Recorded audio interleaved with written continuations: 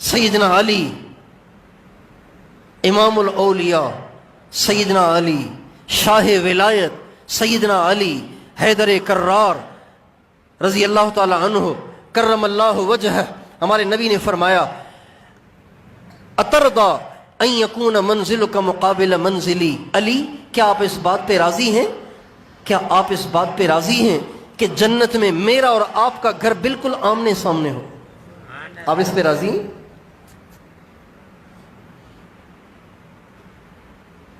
اوپر نیچے نہیں فرمایا،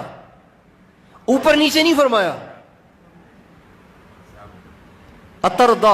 ان یکون منزلک مقابل منزلی، علی کیا آپ اس بات پہ راضی ہیں کہ آپ کا اور میرا گھر آمنے سامنے ہو؟ حضرت فاطمہ رضی اللہ عنہا سے ہمارے نبی کو اتنی شدید محبت تھی، اتنی شدید محبت تھی، جب ان کی شادی ہو گئی نا حضرت علی سے، تو حضرت علی کا گھر ہمارے نبی کے گھر سے 5-7 منٹ کی مسافت پر، 5-7 منٹ کی مسافت پر۔ 2003 میں میرا جانا ہوا تو میں نے تحقیق کی کہ حضرت علی کا گھر کہاں تھا، تو ڈھونڈتے ڈھونڈتے وہاں پہنچے تو مجھے یہ حدیث یاد آئی کہ ہمارے نبی کی بیٹی کا نکاح ہو گیا تھا، پھر آپ نے اپنی بیٹی سے فرمایا تھا فاطمہ تو بہت دور چلی گئی ہے، کاش کہ تیرا گھر میرے گھر کے ساتھ ہوتا۔ تو میں سوچتا تھا کہ کتنی دور چلی گئی تھیں، کوئی 4-5 کلومیٹر، 10 کلومیٹر، 15-20 کلومیٹر دور چلی گئی ہیں کہ ہمارے نبی کو اپنی بیٹی کو دیکھنے کے لیے مستقل کوئی دن فارغ کرنا پڑتا ہوگا کہ آپ فرما رہے ہیں کہ فاطمہ تو اتنی دور چلی گئی ہے، اب تجھے دیکھنے کے لیے مجھے سارے کام چھوڑ چھاڑ کے پورا دن لگانا پڑے گا، پتہ نہیں شاید اتنی دور چلی گئی تھیں۔ چنانچہ میں وہاں گیا اور میں نے عام نارمل رفتار کے ساتھ چلنا شروع کیا، نارمل رفتار کے ساتھ چلنا شروع کیا، تو 7-8 منٹ میں حضرت علی کے گھر سے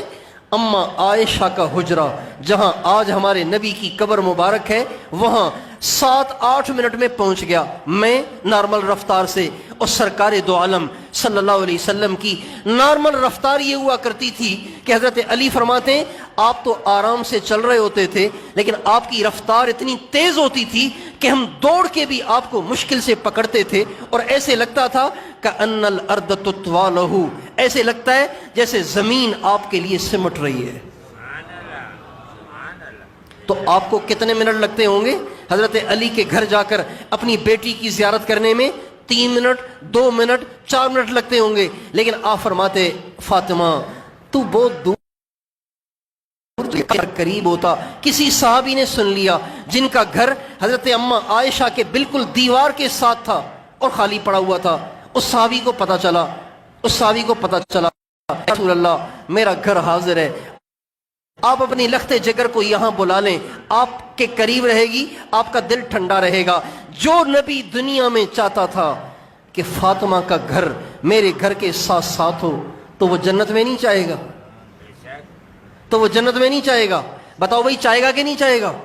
وہ نبی جنت میں چاہیں گے کہ نہیں چاہیں گے؟ ضرور چاہیں گے۔ تو کیا حضرت فاطمہ اکیلی رہیں گی، حضرت علی نیچے ہوں گے، حضرت فاطمہ اوپر ہوں گی؟ ایسے بھی نہیں ہو سکتا۔ لہذا آپ نے فرمایا اترضا ان یکون منزلک مقابل منزلی، علی کیا تو اس بات پہ راضی ہے کہ تیرا گھر میرے گھر کے آمنے سامنے ہو، روزانہ ملاقات ہوتی رہے؟ تو حضرت علی رونے لگے، کہنے لگے یا رسول اللہ میں کیوں راضی نہ ہوں اتنی بڑی بشارت کے بعد۔ اور آپ نے فرمایا لو ان السماوات السبع والارضین السبع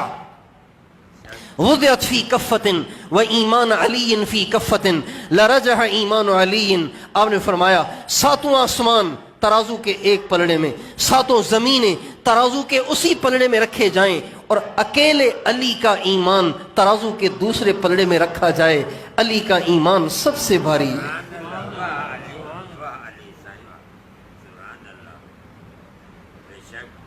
آپ پہچان گئے کہ علی کون ہے، سمجھ گئے کہ علی کون ہے، علی کے ایمان کا کیا درجہ ہے، علی کا اللہ کے کیا مقام ہے، علی کے اعمال کی کیا ویلیو ہے، علی نے آخرت کی کس درجے تیاری کر رکھی ہے۔ لیکن حضرت زرار ابن زمرہ کنانی رضی اللہ عنہ فرماتے ہیں میں عینی گواہ ہوں اس واقعے کا کہ میں نے حضرت علی کو رات کے اندھیرے میں دیکھا کہ اپنی مٹھی سے